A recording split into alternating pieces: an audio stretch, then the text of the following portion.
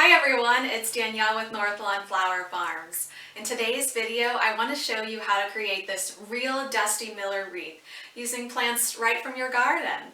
Now I'm here in zone 6B and we're about to experience our first frost here in mid-October. And this Dusty Miller won't make it through the frost. So I want to go ahead and collect all that I can and create this beautiful wreath so that I can continue to enjoy this annual for years to come. Why don't you come join me?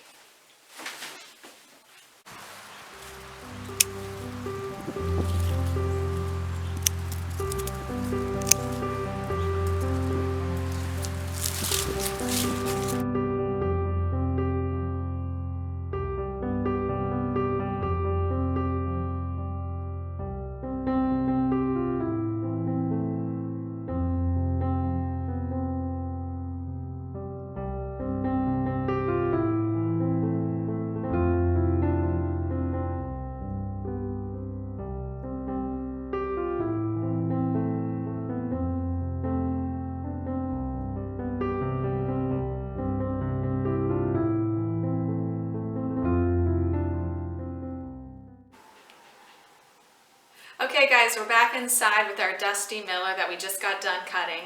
And all we need for this project is a grapevine wreath, our Dusty Miller plants, and some pruners. Or you could use scissors if you don't have pruners. We don't even need floral wire for this project.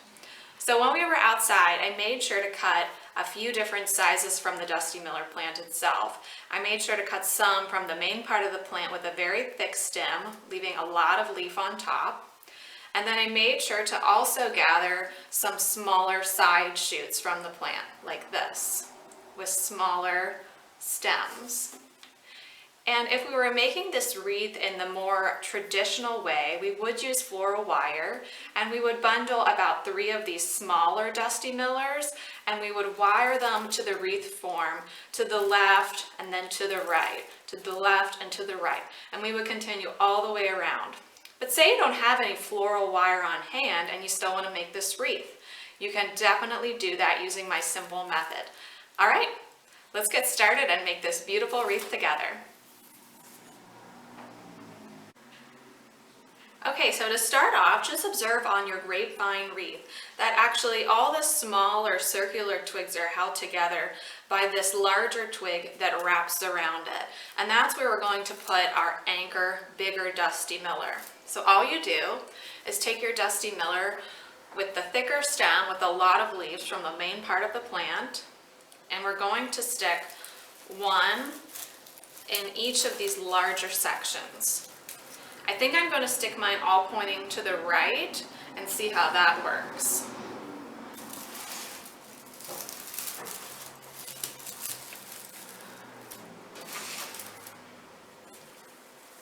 Some of these really grew beautifully and they just have tons and tons of foliage on them for me. You just literally push them into the wreath.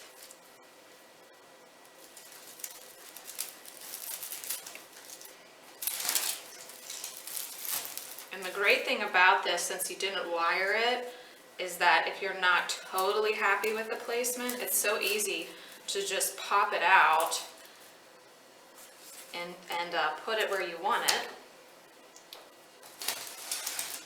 So I'm just going around and around using those larger ones. Now I have about 3 more large ones left, so I'm going to go around again, filling in between.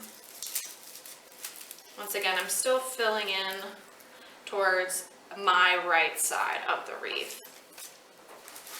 That just helps me maintain the circle a little bit better. If I was going to the right and the left at this point, I think it would be a little hard to see and maintain the circular structure without the floral wire. Keep turning. Keep filling in. I think my biggest gap is over here.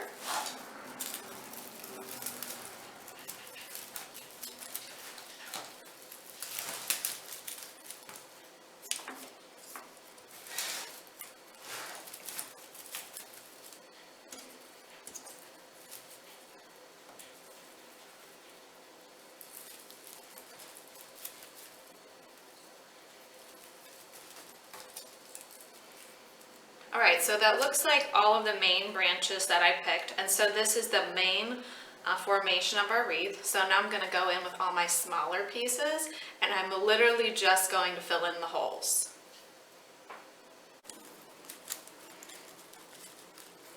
So here I am. I'm just filling in the gaps.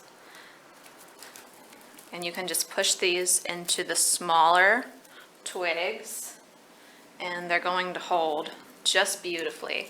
And as I'm pushing these ones in, I'm gearing them more towards the left, giving us that classic right, left look that you'll see on a wired wreath.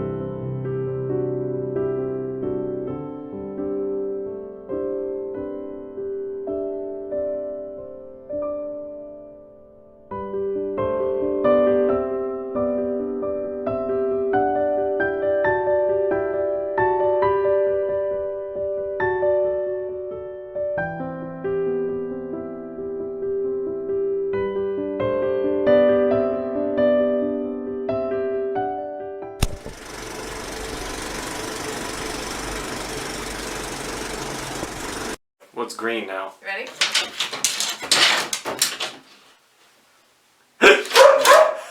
This could be the B-roll.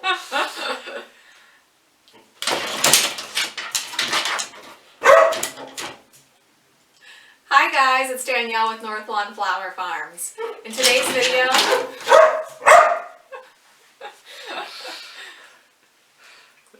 hi guys, it's Danielle with Northlawn.